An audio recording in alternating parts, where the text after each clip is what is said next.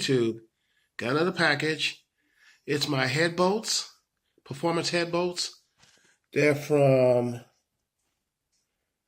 Vincos. They told me that I didn't really need head bolt studs because I'm not going with a lot of boost. I'm not going with a lot of RPM.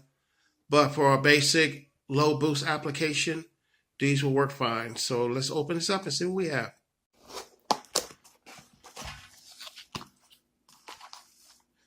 Here we go. These are the head bolts. I'm going to open this up real quick so you can take a look at them. Okay, here they are. Pretty good.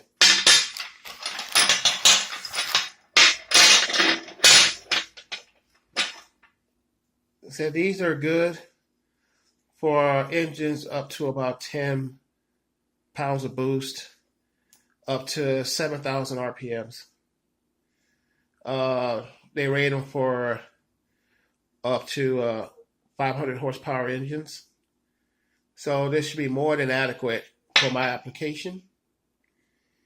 And they only cost me $80.